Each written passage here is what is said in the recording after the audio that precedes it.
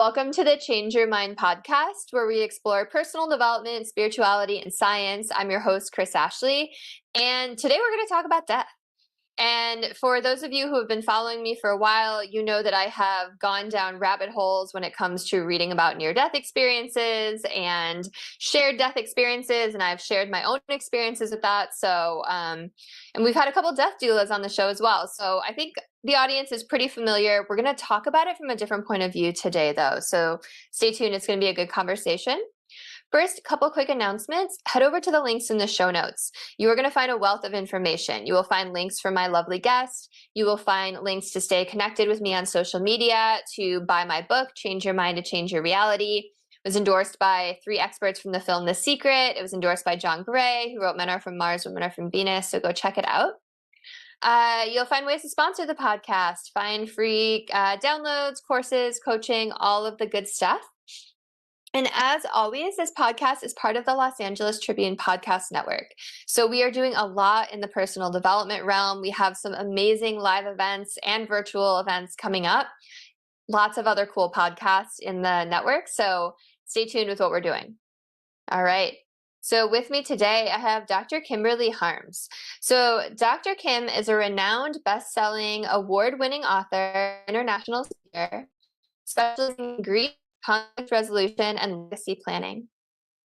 Dr. Harms has been a dedicated grief counselor, civil mediator, and death doula, offering support and guidance to individuals navigating challenging life transitions. Her multifaceted approach to addressing grief and conflict is informed by her deep understanding of human psychology and her compassionate nature. Dr. Harms is committed to challenging societal norms surrounding death and end-of-life planning. Through her speaking engagements, she endeavors to move audiences beyond the prevalent death-denying culture and empower them to embrace open conversations about mortality. So welcome, Dr. Kim. I'm so happy you're here with me. Oops, you're still muted. That was my fault. I asked everyone to mute. Thank you so much, Chris. It's a pleasure to be here.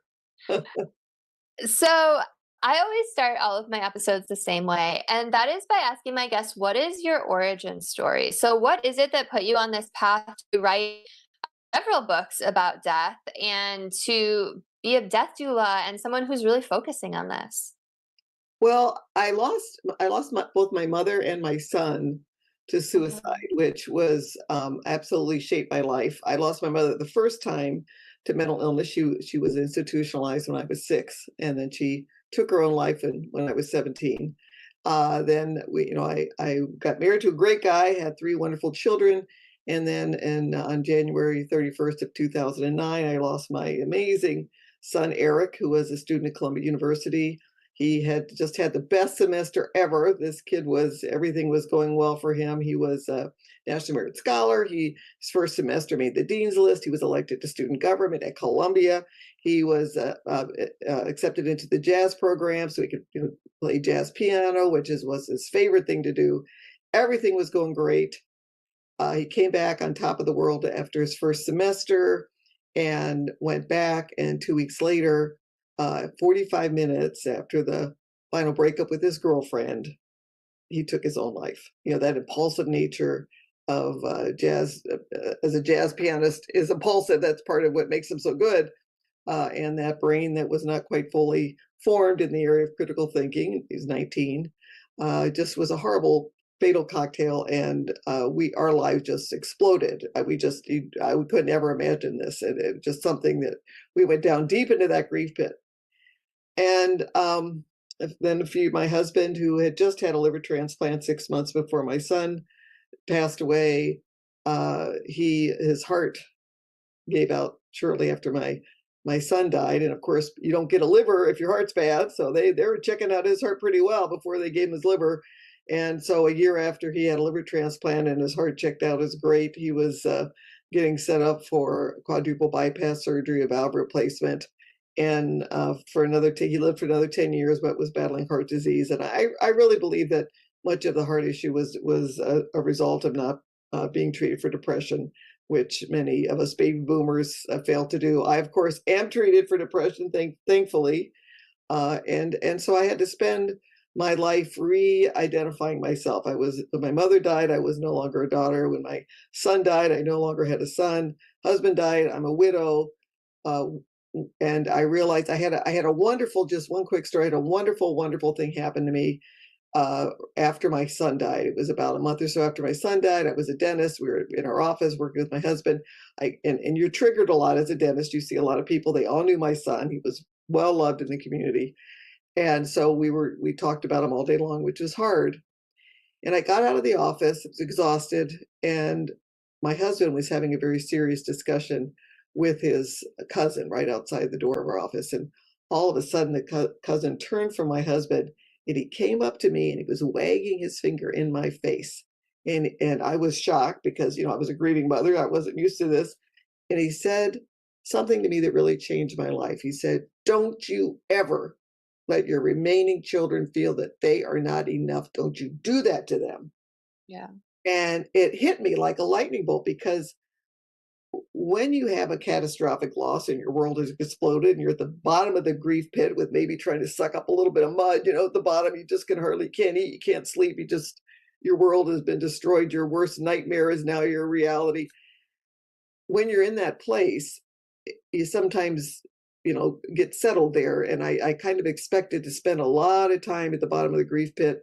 And kind of thinking, well, why get out if you're just going to get pushed back down again? Because we'd had some traumatic years. Yeah. But I realized at that moment that I couldn't do that because I had two daughters that I love so much and my husband who I loved, and they were suffering too. And I realized that the grief that I had would affect their grief. My husband's cousin felt that he lost his parents at the same time as he lost his brother, because he lost his brother when he was young.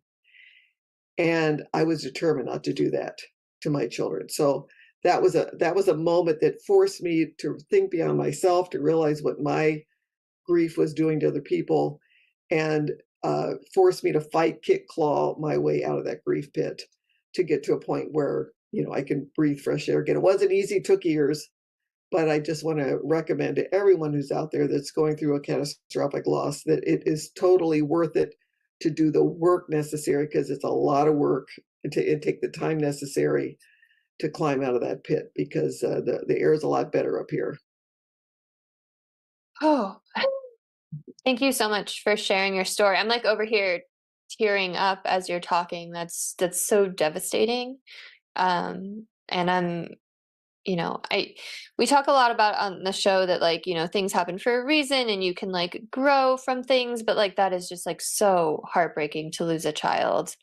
And I'm really sorry that you went through that. And I'm grateful for the work that you're out there doing right now. And I have heard similar things of people I know actually who have lost siblings, some actually to suicide, some to drug overdoses, where they felt like they lost their parents too. And it destroys families, and couples often split up, and it's the other kids have to if they're younger, and it's pretty amazing that you got that wake up call, even if in the moment it was very off-putting. So I know that there's not a simple answer, but how did you get out of that grief pit? Where did you even turn, or what was the most helpful thing?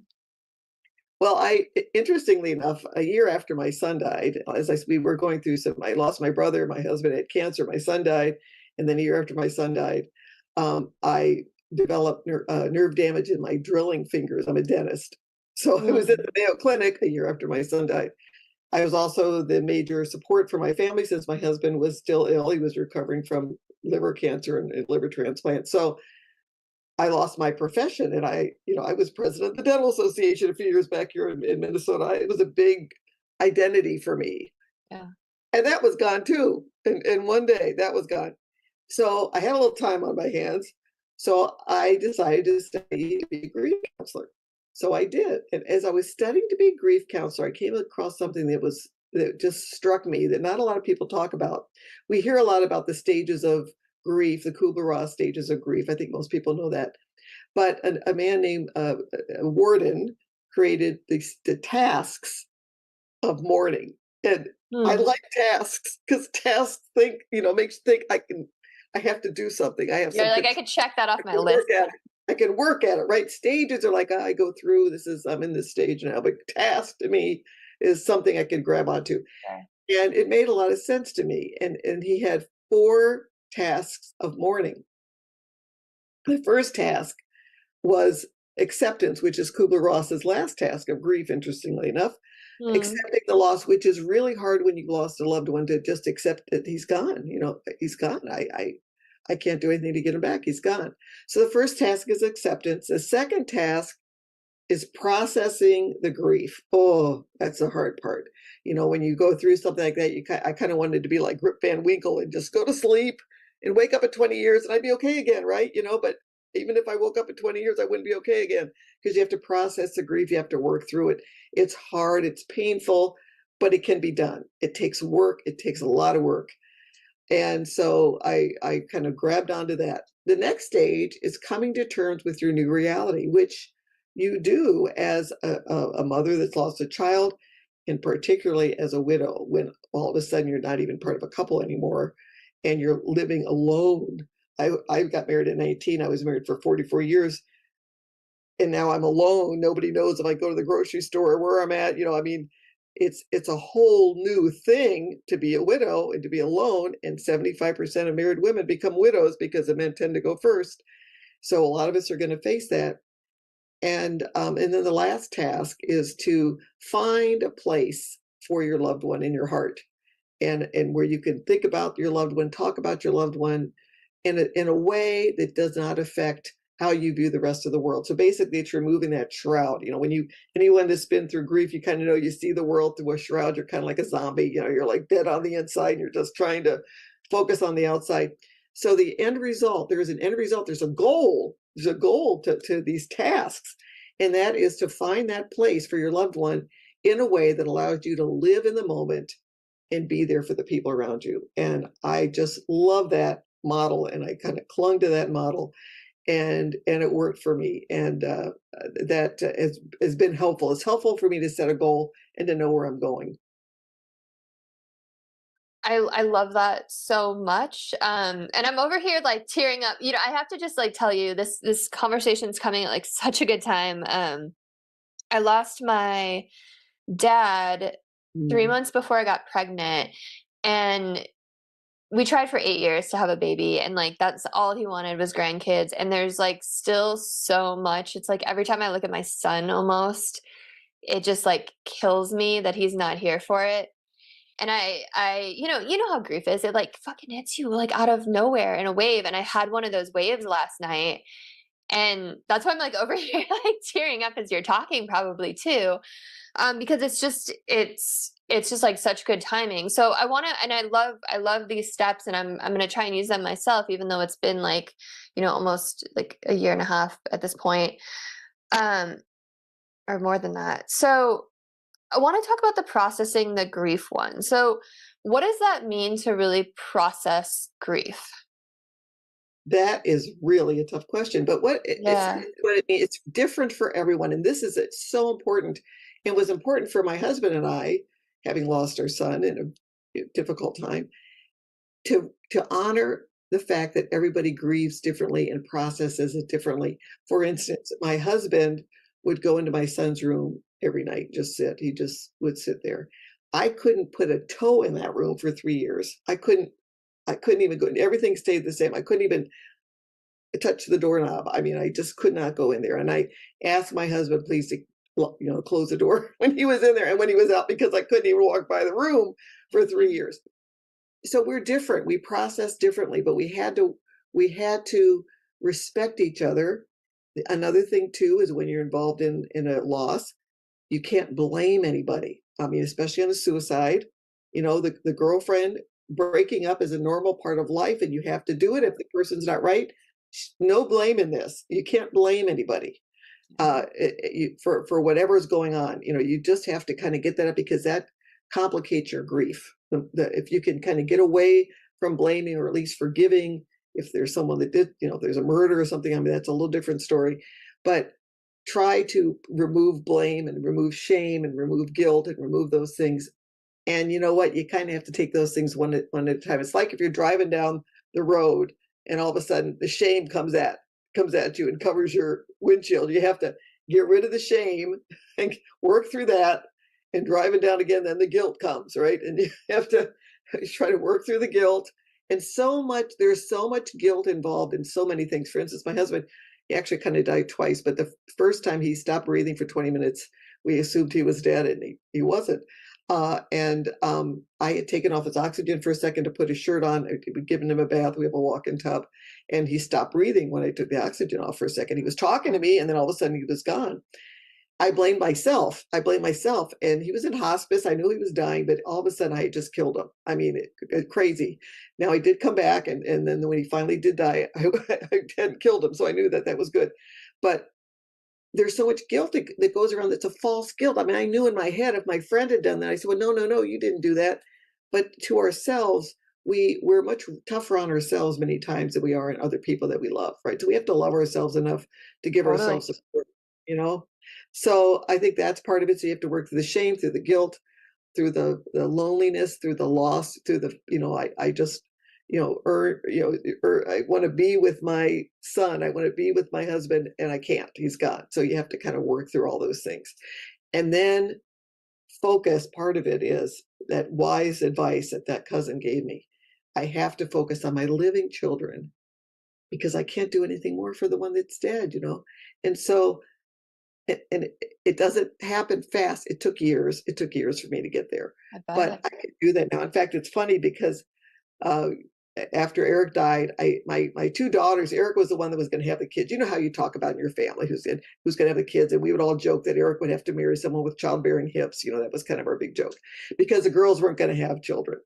And so when he died, I thought, okay, well, I was we were a family of 5. Now we're a family of 4, and I only have 3 other people in my little family that could just completely destroy me if I lost them. I got this little smaller group, and so I'm glad I'm not going to have grandchildren because I can't love another person anymore like this because then I could lose them, and then it would go through this again. I can't go through this again.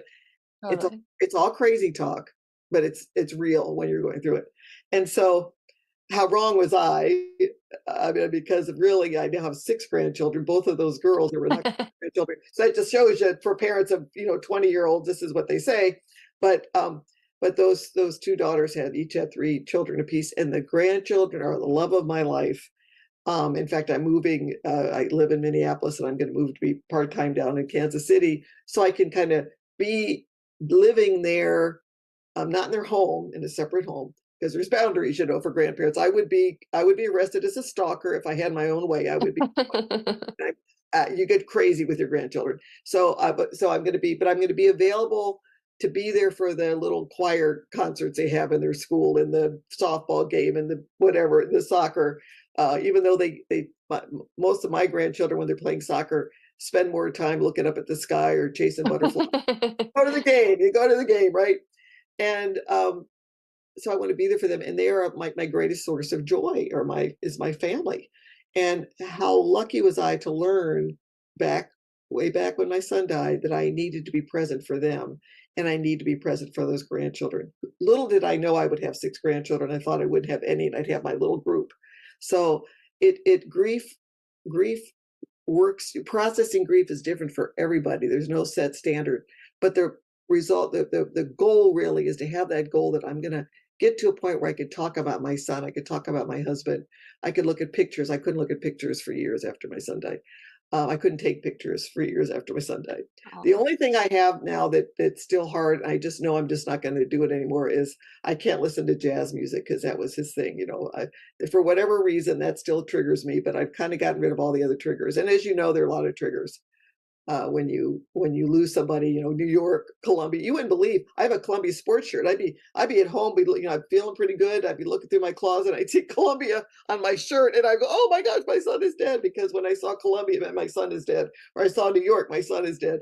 I mean, all those crazy things that happen to you that you have to work through. It just takes time. And you're not crazy. This is a normal grief process. You just think you're crazy, but you're not. You're just working through.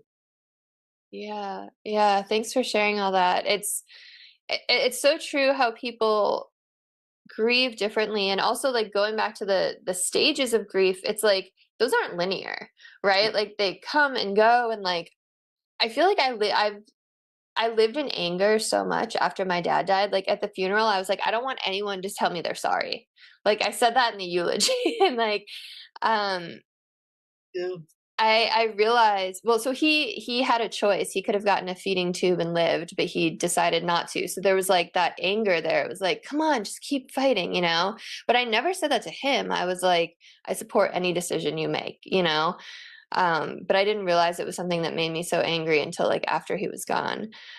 Um, so okay, I like these other steps though. So find a place for your loved one in your heart. What does that mean to you? Like how have you been able to do that? And I know maybe you've yeah, tell me a little bit about that. Well, you have to realize I'm a little bit of an overachiever. You don't really have to go as far as I've gone.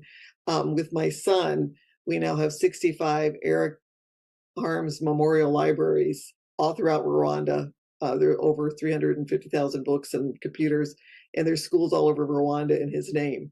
So We were cool. able to do that, and I've been able to go to Rwanda. And actually, the Rwandans have been my best grief counselors because they overcame a horrible genocide in 1994, and I was able to visit them 16 years later with delivering our first libraries. And I realized here's a culture, here's a whole group of people that survived a genocide. Their entire families were wiped out. They were raped. Their houses were burned down. Everything that you can imagine, terrible thing has been done to them. And yet here they are 16 years later. They did punish their perpetrators. They were in jail, but they realized they were coming out in 20 years and they would have to forgive and reconcile. Now, how do you forgive that? How do you reconcile that? But they realized that if they didn't do that, if they didn't, it's kind of like what I was told when I got the finger in my face. If they didn't reconcile and forgive, their children would grow up in the same environment that they did.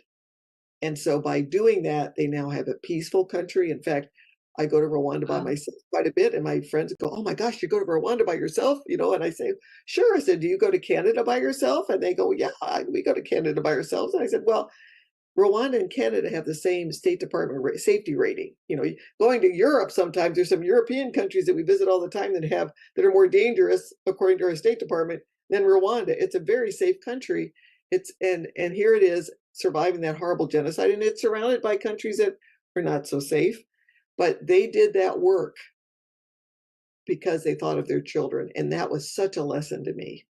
And so Eric's and I have now with when Jim died, we've got some dedicated to Jim too. So I kind of had that system. Eric loved books, so did Jim. And I talk to my grandchildren and my daughters about both of them quite a bit. They know about their Uncle Eric, and I even have now a grandson, Eric. And for Christmas, for instance, when I give them a gift, it's from Nana and Angel Pop Pop, you know, so I still talk about them. I talk about both of them. And then I also talk to my children about the fact, you know, one day I'm gonna die too, and I won't be here. And I want to make sure you need to stay happy, and I want you to have a good life. And think of me when you have joy in your life, and then that's the best legacy you can leave for me. So I talk to them because I want them to be resilient. I feel that when you're dealing with a suicide, sometimes that resilience wasn't there. For some reason, that resilient part that would help us survive a breakup, which is very traumatic when you're 19. I think that was a missing piece, and so I just have more desire than ever to bring that to my grandchildren and to my other children. Yeah, that makes sense. That's really amazing what you've done with the libraries. So, and I understand like seeing a group who has gone through something, I mean, we don't compare traumas, but like something horrible and seeing how they've overcome it as a group too is pretty amazing that they've like collectively been able to overcome that is really inspirational and it kind of puts things a little into perspective. But why Rwanda? That's so interesting. Like, is there a connection there? Well, there wasn't, and you know, when the genocide occurred, I was busy raising my kids, and oh my gosh, this is terrible, just like other Sure. tragedies that we see. But right after Eric died, I was sitting at a prayer breakfast, and there was a woman from Rwanda sitting next to me, and she told me about the family that died, her two daughters and her husband that were killed and murdered. And then she told me about her new family because in Rwanda, the families kind of adopted each other. The orphans were picked up by the mothers and fathers that had lost children. they kind of just reconnected families, and that's what they did. She married another man and adopted 2 children. Now she has a new family. And Okay, you didn't tell me I needed like tissues I with know, me I for know, this I but you can conversation. imagine if you had just lost your child. Just imagine after your father's death, and you're sitting here looking at this woman right in the face who had lost her whole family was wiped out, was murdered, and she is sitting there with joy on her face, because when you're in that Yeah. depth of depression, when you're in the pit, you don't think you're ever going to smile again. You think, how in the world I'm never going to be able to have joy in my life. And here she was, just dripping with joy, talking about her new family. That's And I go, what the heck? And then a couple weeks later, somebody gave me a book called Left to Tell by Immaculée Ilibagazi, a story about her survival in a bathroom with 8 other women when the murderers were all around them for weeks trying to find them. Amazing story. So here I am, Rwanda again. What the heck? And then I had lunch with one of my very dear friends. Her name is Pam Papastanik, and she was on the board of Books for Africa, and she had gone to Rwanda before the genocide. And she said, "You know what? I always wanted to bring libraries to Rwanda. Maybe let's start fundraising to send some libraries to Rwanda through Books for Africa." And I said, "That sounds great," because Eric loved books. He would go to libraries and pick up their classic literature that they would toss out. He was like a Latin scholar. This kid was That's very, cool. and so it just was a perfect way to remember him. And we got started, and we went down to visit Rwanda as these libraries were getting ready to come in. And I just fell in love with the people. When they found out I had lost a son, and the reason I was bringing these libraries was because I had lost my son, they just surrounded me with so much love. I can't even tell you the love that these people had who had lost so much. I mean, who had been through a tragedy none of us could even imagine, and yet they were loving me. They were hugging me. They brought me into their circle, and it really was a moment that again helped me in that healing journey to realize I'm not alone. Because when you go through these things, you kind of feel like you're alone. You know in your head other people have suffered through this too, but you feel very much alone. And when you can be with people who have been through, I'm really a supporter of groups, that have been through the same things. When you've been with people that have been through similar things and they hug you and accept you, there is just a wonderful uh, accelerator to your healing when you can be among people that have suffered through the same things. That's so beautiful. What a beautiful example of just humanity. Like the best parts of humanity, right? Yeah, I mean, the fact that you had 3 different urges, like 3 different like little hints from the universe or, God or whatever you believe, to just kind of go there, like you were meant to go there for your healing. That's really, really amazing. Did you write a book about that? Because you should totally write a book about that. Well, I've written books. I have one called Naomi and the Widows Club, which is a support group. It's a Christian devotional for widows. It's a whole year to support for widows. And again, I recommend people get in groups with like-minded people that have been through the same thing. And I have that recorded in that book. But I also have in my book, Are You Ready? How to Build a Legacy to Die For, which is, once my husband died, I said, well, what do I do now between menopause and death? What's the plan? I don't know what to do, because I don't have, I'm not really getting ready for death, because you want to pretend that doesn't happen, but you kind of have to. And so I wrote that book, and in that book I tell my story, because your legacy is your life, and everything you do, every interaction you have is your legacy. And so I really want to encourage people to start thinking about living with their legacy in mind, not what the world can do for you. What can you do for the world? What can you do to help live with that legacy in mind in every interaction that you have? Because I think that when you do that, when you give love to other people, it comes back. It's like a boomerang. It comes right back and hits you, and it's a win-win. And I think people have to start remembering that again, because it's the key to happiness, as much research has shown, including an 80-year Harvard study. The key to happiness is not monetary wealth. It is the quality of your relationships. And so building those relationships is a legacy everybody can build during their lifetime. I love that so much. And so is serving and giving, right? Like that brings people so much joy. And I love that. I guess when I kind of read your bio, I was thinking legacy, like, okay, creating your will and stuff, but like, I love that. Like, what are you going to say? So one of my best friend's husbands just lost his dad recently, and I was watching, they live on the other side of the country, and I had a newborn, so I couldn't go to the funeral, but I watched it online, and I was just like so struck by all of the speeches, and they were talking about what an incredible person he was, and it made me think about that too. I'm like, wow, what are people going to say at my funeral? Like what? And no, it's a real thing. Yeah, it's such a great mindset to go through life with. Yes, and part of that, when you're preparing for the fact that I'm going to go sometime, you do have to get all your financial stuff in order as well, because almost over half of Americans have some sort of conflict surrounding the death of a loved one. And if you can get all of your affairs in order, and write them down so that, if you're not going to, if you don't want a feeding tube, if you can say that when you're healthy, so that you're not feeling at the time of your father's death that, oh my gosh, he's making a decision based, his brain isn't quite working because he's in pain or whatever. When you make that when you're healthy, it's so much easier to accept later. And so getting your will in order and making sure that as you divide things up, you're doing it in a way that's understandable, writing letters of intent so that people know. But the biggest thing for me was the greatest love letter of all time was written by Saint Valentine to be delivered after he died. And so we need to write letters to our loved ones. And when they're going through all of our stuff, to see, oh my goodness, here's a love letter to me. Here's a letter telling them how much they loved me. My mother loved me, my father loved me. You can kind of speak beyond the grave and including those. So that's all part of that legacy. Legacy is a big thing.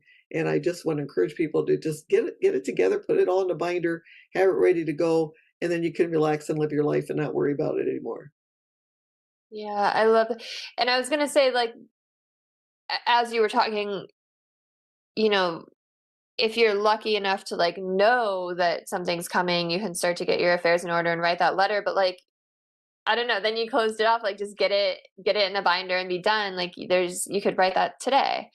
And, we talk a lot about gratitude on this show too, just pouring your heart out and thinking about how grateful you are and how much you love the people in your life. Like that elevates you to another level, right? And that just brings more of that. Talk about the boomerang, right? That just brings more things in your life to be grateful for.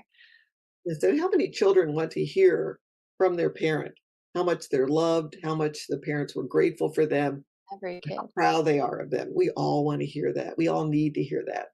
And so you need to say it, first of all. So we live your legacy and say it. And one thing with my son, we had gotten into the habit of saying, I love you at the end of every conversation when we were parting on the phone or in person. So my son, the last thing each of us in our family said to him was that we love him because we were getting off the phone. And you just never know if something's going to happen. Somebody could get hit by a car. And if you know that your last words were, I love you, that really helps with the healing process. Yeah, absolutely. Yeah, that would be really, really hard if the last thing was like a fight or something. You'd have a lot of guilt and shame to get over. But also knowing that we're here having a human experience, and sometimes that comes with fighting, right?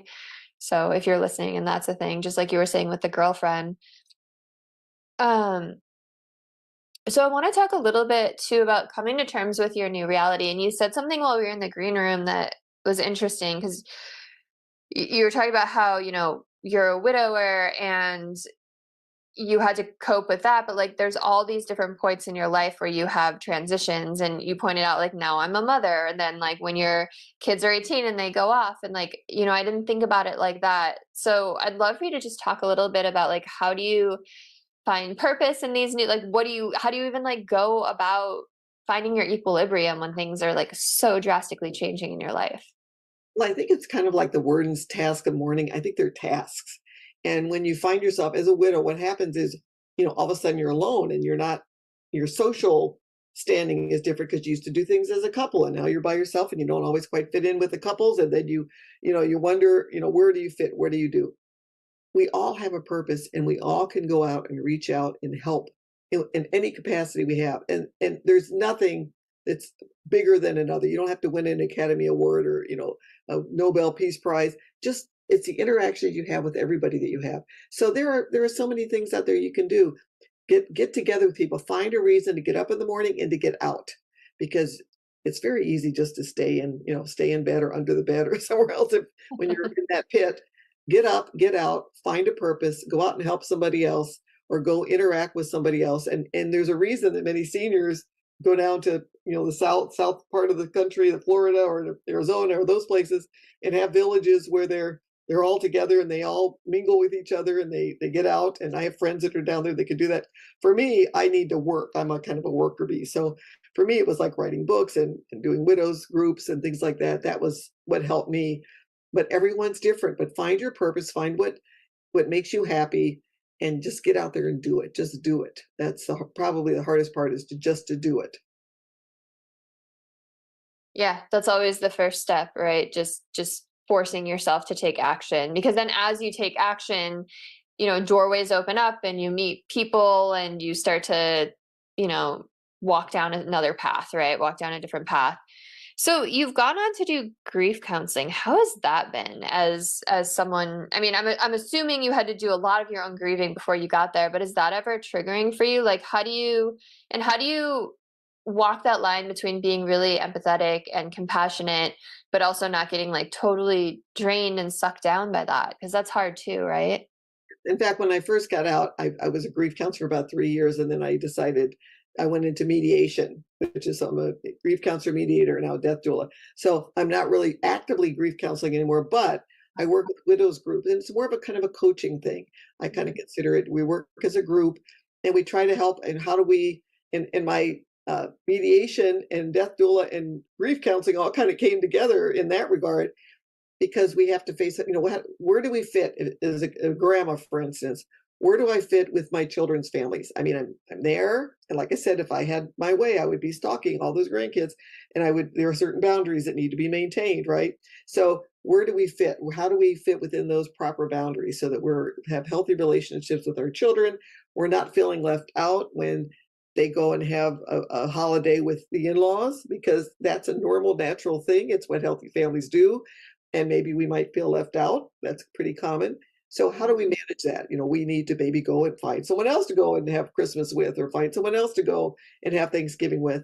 All those types of things kind of work together, and just trying to find what are our new traditions, what is my new daily routine, kind of work that together and find something that works for you.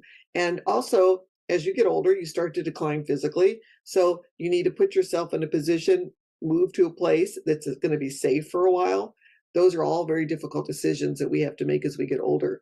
And it's been a real privilege for me to help people work through that, because, I'm 68. I'm not getting any younger. So who knows when my decline will come, so that I'm unable to get around as much as I do now. So we need to just kind of be there to help each other out. We're all in this world together. And I think we need to just be there, just kind of help lift everybody up, and get through this as best we can. And I think if we all took that attitude, we'd all be a lot happier.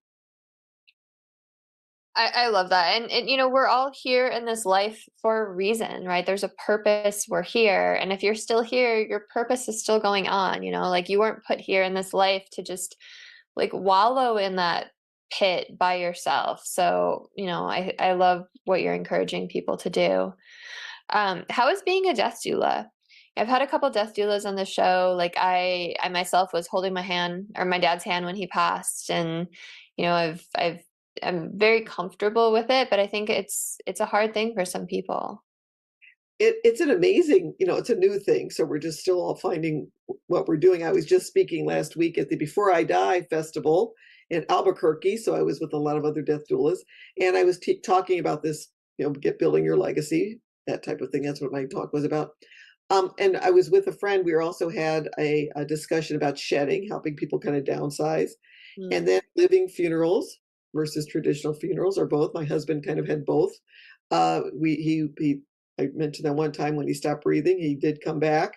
We had him for another day. We brought the whole family over. We celebrated his life while he was still there. He had a great time. He was unable to move much, but he had a wonderful day where he was able to see all of his relatives, his children, his nieces and nephews either physically be there or come on Zoom to say goodbye to him. That was a real privilege.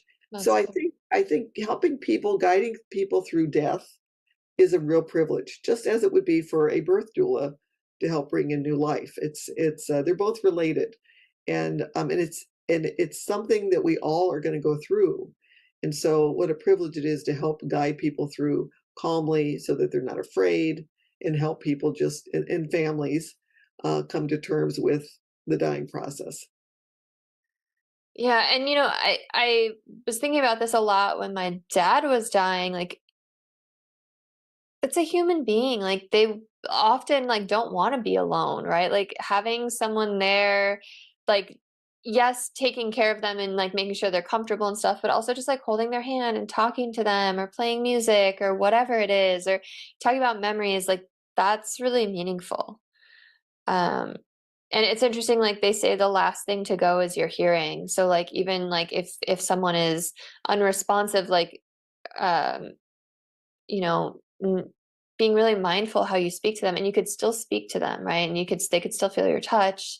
So yeah, I think that's really important too to like guide families on. Have you ever had any kind of spiritual experience being a death doula? Well, not I have had some with my own family.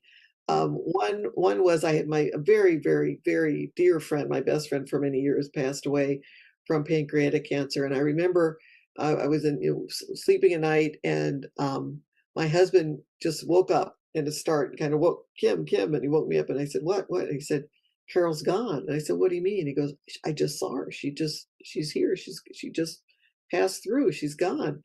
And I thought, "Oh, well, Jim, no, she's probably not gone yet." And of course, a few minutes later, I got the call that Wow. she was passed. So that was interesting. My son, Eric, when he was little, had an experience where he was involved in a car accident. My husband was driving. There were two young boys. One was 17. The driver was 17. He was swerving a little too fast on a windy road after it had just started raining, and he just crashed head on into my husband's van, and both he and his passenger were killed during that time. And my son was in the car, and he woke up, and he said he saw an angel next to him. And I said, well, what did the angel look like? And of course, he's 8 years old, and his visions of angels have been these beautiful women, in long robes and so on. He goes, well, it wasn't like a regular angel, Mom. He was kind of, it was a man, and he kind of had a big tummy, and he wasn't a regular angel. I said, well, what did he say? He goes, well, Mom, he didn't actually say anything. He told me through his brain. I was like, what? He goes, yeah, he didn't have to say anything. He just communicated with my brain. And he said that Dad wasn't dead. Because he was passed out in the car. And he said, Dad wasn't dead. He was just asleep, and tell him to wake up and get out of the car. And so Jim remembered that this little 8-year-old was, Dad, you got to get out of the car. You got to get out of the car, urgently telling him that. And then he said, people came and took Eric and put him off to the side when he was 8, and Jim went to try to help the boys. And he said the last time he saw the angel he was between my husband, Jim, and someone that was in the car behind him who had witnessed the accident, was standing between them as they had realized that the two boys were dead. They got the boys out of the car, and they realized they were dead. And he saw the angel between them wrapping his arms around the two men. They were standing there, and I just get goosebumps when I think of that, this little 8-year-old boy. And then when I started reading a little bit later, Billy Graham has written a beautiful book about angels. And I start reading what the interpretation of angels, which I never really thought about before, that they just look like regular human beings. And exactly as my little 8-year-old son described it, it really gives me a lot of peace. The only thing I had happen to me after Eric died was a very vivid waking up in the morning, and I heard the phone ring, and I answered the phone, and it was Eric, and he said, "Hi, Mom," and any mother knows that you can tell how your child is feeling with the first syllable out of his mouth. You just Mm. get that, and it just like he was telling me he was in a good place. That's all that I heard.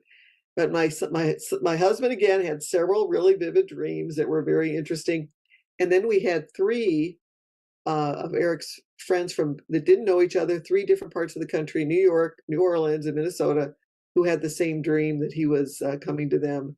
after he had died, and saying, "Just tell my parents that it was an accident. We didn't mean to do it. Nothing they could have done." So all those things really just helped me to feel that there's a better place out there, and that they're in a better place. I love those stories. That's especially the story about the angel that came and like literally was taking care of this little boy who probably would have been so scared and alone and not knowing what to do otherwise.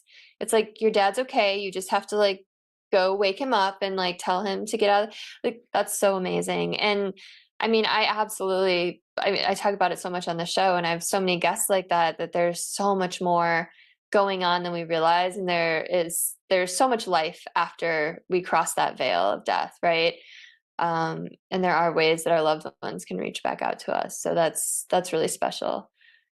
Eric sounded like a very special boy. He was just an astounding human being. He was noted for his big hugs. He was like a big bear. They called him a dancing bear. He was a drum major at school, and he would be up there dancing around, and just an amazing, and at his funeral, his school, he didn't even go there anymore. They had buses of kids. He was an all boys Catholic, so buses of kids came from the Catholic school to the Baptist church, and he wasn't even there anymore. I mean, he had moved on to college, and they still bus him in the middle of the day for his funeral. Unbelievable. So he was really well loved, and probably made more of a difference in people's lives than. And they even have a memorial for him at Columbia. Like, and who does that? It's a permanent Shad Bush Memorial in front of the engineering building. So he made a Wow. big difference wherever he went, and that helps me now. Now that I can think about it, after his death, I could every memory just was painful, but now I can remember him with a smile and with love, and being grateful that I had him for 19 years. Yeah, and that's so amazing that so many other people saw that in him. I was talking with my husband after my friend's dad died that I was talking to you about, that he died pretty young. He had got bone cancer and died within like I think it was like 4 weeks or something, just like was totally healthy. But he was like such a good guy. And it was like that song, like Only the Good Die Young, right? It's like someone that came here and touched so many lives and just was such a pure soul and did so much good. It's like, all right, they've done everything they needed to. They've accomplished it. They've changed the world just by touching other people. It sounds like Eric was one of those people too. Is there anything that we haven't touched on today that you want to like really get out there to listeners, like something you really want people to hear and take away? I think the most important thing that we did cover was just when you're in that grief pit, when you're down in the bottom and you're just sucking up the mud, understand that it is possible. It is possible with hard work, because you kind of feel like it'll never happen. It's just impossible. It's not impossible, but it takes a lot of work. And there's no judgment of how fast you get out, how far you get out, but just keep trying. I just want to beg people to keep trying, because it's so much nicer when you can get yourself out and get that shroud off of your head and have joy in your life again. And it is possible to have joy in your life again. Yeah, thank you. I know it's probably most people's worst nightmare to lose a child or lose a partner, or husband. Um, so yeah, I can imagine it's really hard, but yeah, you gotta like find the joy in the moment, right? You gotta keep living your life for the people around you, like you said. It has been such a pleasure to have you on, and I just appreciate your vulnerability and your openness and just your compassion and how much you've shared today. And I'm sure people want to connect with you and know where to find you, know what your books are. So if you wouldn't mind just taking a few moments and just letting listeners know. Yes, just go to Dr. Kimberly Harms, HARMS.com, and you'll find all the information there and the contact information, and it's all right in one spot. Thank you so much. Yeah, amazing. Thank you so much. And if you're listening and there's someone you think could really use this episode, please send it to them. And like, comment, share, subscribe, all the things, and have a beautiful rest of your day. I will see you all next week.